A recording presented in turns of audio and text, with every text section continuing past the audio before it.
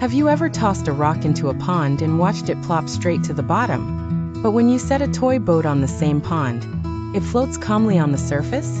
This curious contrast has fascinated many explorers and scientists over the years. Let's dive in and explore why boats float while rocks sink.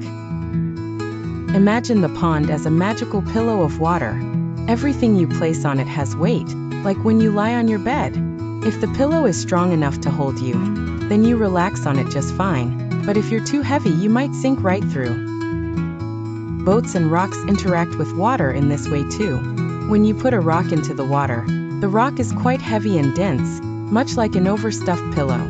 The rock tries to push aside the water molecules in the pond, but it's just too hefty, so it sinks straight to the bottom. Now here's the magical part: boats.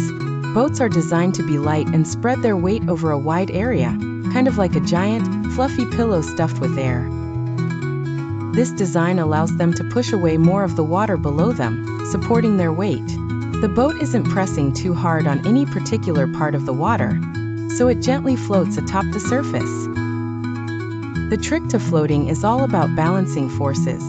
It's explained by a principle called buoyancy. One sunny afternoon, a renowned scientist named Archimedes discovered that objects placed in water are buoyed up by a force equal to the weight of the water they've moved aside.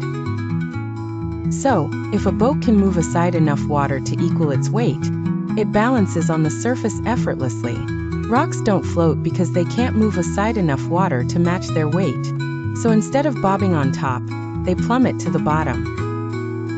Boats use clever designs to make sure they always move enough water to stay afloat. Some boats have wide, flat bottoms.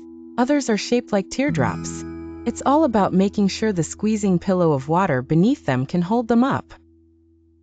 Next time you visit a pond or seaside, remember Archimedes and the delightful balance between boats and water. Floating on a magic pillow of water isn't just about size. It's about density, design, and the fascinating forces of buoyancy that makes boats float and rocks sink. Please follow and subscribe for more such content.